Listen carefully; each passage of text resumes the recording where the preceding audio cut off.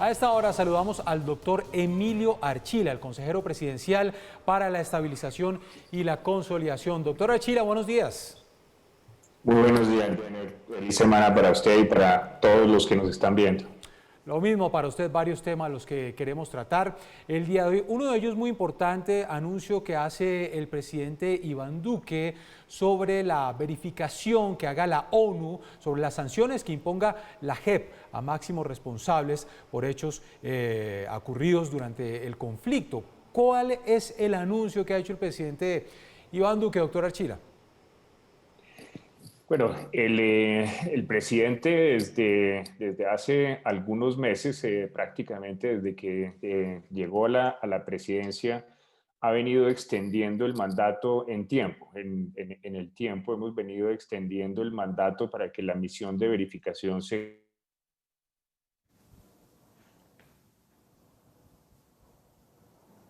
Muy bien, ya vamos a recuperar la comunicación con el doctor Emilio Archila, que nos va a hablar precisamente de la extensión en el periodo de la misión de verificación de la ONU. Doctor Archila, nuevamente con usted. ¿Ahí no me están escuchando? Ya lo estamos escuchando, por favor continúe sobre esta extensión del periodo de la misión de verificación de la ONU. Muchas gracias. Y como lo decía, ahora de la manera como está prevista en los acuerdos, el presidente ha anunciado que vamos a pedir que esa verificación que se hace a la manera como nosotros estamos implementando se haga extensiva también a las sanciones que se denominan sanciones propias que va a imponer la JEP. Esto va a permitir que un organismo independiente certifique que esas sanciones tienen las características que se requiere, es decir, que impliquen una sanción ejemplificante, como lo ha dicho el presidente, y que tengan las condiciones de reparación, no repetición. Eso es lo que ha anunciado el presidente. Doctor Archila, esa pues sin duda es una buena noticia que esperamos todos los colombianos le aporte más seriedad y más credibilidad a todo este proceso de implementación de los acuerdos de paz. Y si bien justamente los acuerdos en estos últimos días han estado en el centro de la polémica por diversas razones, hay muchas buenas noticias más allá de estas que deberían tener una vitrina suficiente en el país para que todos sepamos en qué está ese proceso de implementación. Quiero preguntarle por una de ellas y es que se expidió ya ese decreto que permite a los excombatientes el acceso a la tierra. Esto es un avance grandísimo. Muchas gracias, Paula. Y así es. Este es uno de los frentes en los cuales, que bueno, como usted lo describe, sí, son buenas noticias que el país debería conocer. En el apoyo a las 13.000 excombatientes que están en proceso de reincorporación, el presidente ha sido absolutamente comprometido. De hecho, ahora que los recibió en el Palacio de Nariño, los recibió en la que él denomina la casa de todos los colombianos, la manera como el presidente lo describió fue: yo con los que están comprometidos estoy absolutamente jugado.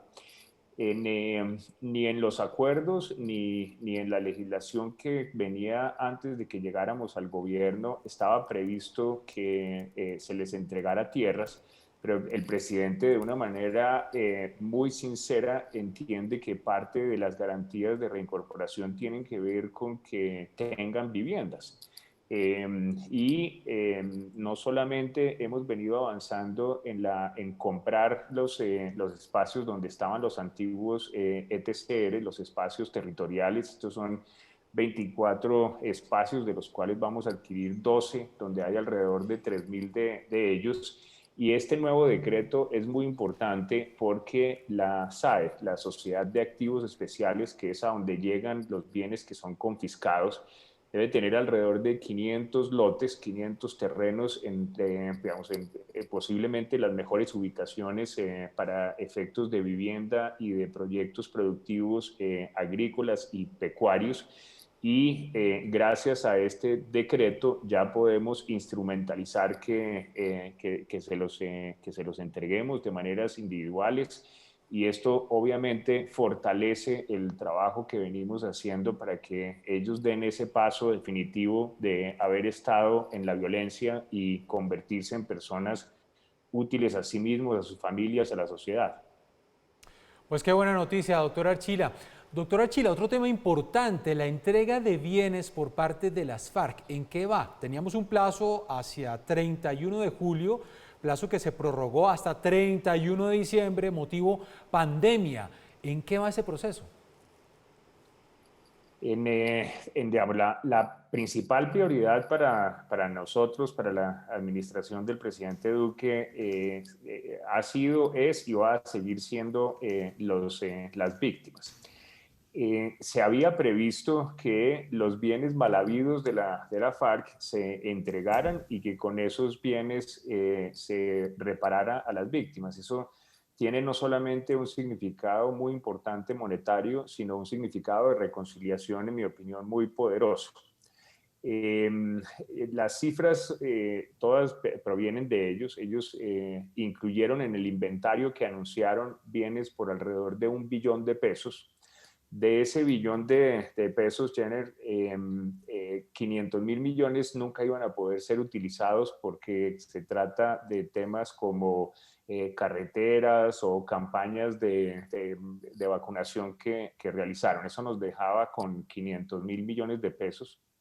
De esos 500.000 millones de pesos hemos podido monetizar, hemos podido convertir en recursos, en pesos colombianos, un poco más de 3.000 millones, y tenemos unos lingotes de oro que están evaluados en alrededor de 40.000 millones de pesos. Por eso es tan importante este llamado que yo he venido haciendo para que aprovechen lo que nos queda de este año y antes de que se venza el plazo, cumplan con las expectativas de las víctimas, con las expectativas del gobierno, con las expectativas del país.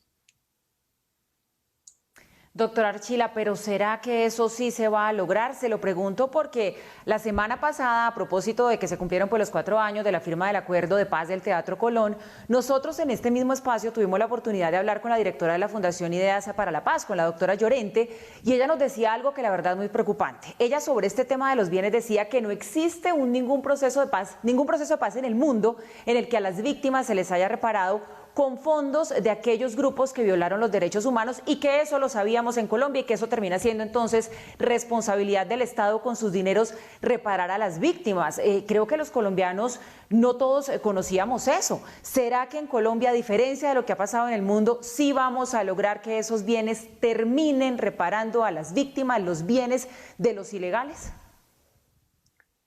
La doctora Llorente es una muy juiciosa analista, pero aquí hay que completar esa visión que ella tiene. Obvio que nosotros estamos reparando a las víctimas de muchas maneras.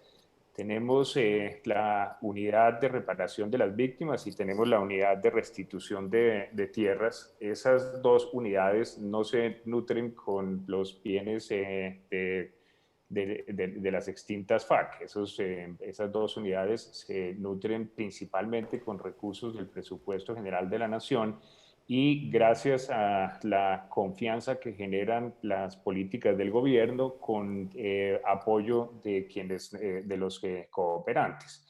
En ese sentido, hemos avanzado en la restitución de tierras, digamos, a un ritmo que le permitiría al doctor Andrés Castro, el director de la Unidad de Restitución de Tierras, si no hubiera sido por la pandemia, hubiéramos llegado al diciembre del 2021 habiendo evacuado la parte administrativa correspondiente al 100% de las reparaciones de tierras. En materia de reparaciones individuales, hemos incrementado alrededor del 15% el ritmo al cual venían dándose las reparaciones. Y hay unas, Paula, que a mi modo de ver son muy bonitas, que son las reparaciones colectivas. Muy bonitas me refiero a lo poderoso del carácter de reconciliación. Esto es cuando las personas no han sido víctimas como individuos, sino que se ha atacado o se atacó a una colectividad por ser indígena o por ser negros o por ser afrocolombianos o por ser mujeres. y ellos nos hacen el pedido de cómo quieren sus reparaciones. Sí. De esas, en toda la historia de la ley de víctimas, que es anterior al proceso de paz, se habían terminado 4 y nosotros en estos primeros 2 años hemos terminado 25 y vamos a seguir acelerando el proceso. Entonces, digamos, lo que se iba a hacer con los bienes de las FARC, digamos, depende de cuántos recursos se reciban, pero como lo mencionaba antes, hubiera tenido o tendría un poder simbólico, pero obviamente no es que estemos esperando que lleguen esos recursos para estar apoyando a las víctimas. Sí. Es marginal, pero es complementario y hubiera sido importante. Claro, doctor Archila, finalmente, muy rápidamente, ¿qué opinión le merece el video en el que aparece Jesús Santrich agradeciendo, según él, a los congresistas que han defendido el proceso de paz y a los congresistas que hicieron el debate contra Néstor Humberto Martínez? Digamos, yo no, digamos, no tengo una opinión sobre el video, tengo una opinión sobre él, sobre Romaña, sobre el Paisa. Es una desgracia que realmente nunca hubieran estado en el proceso.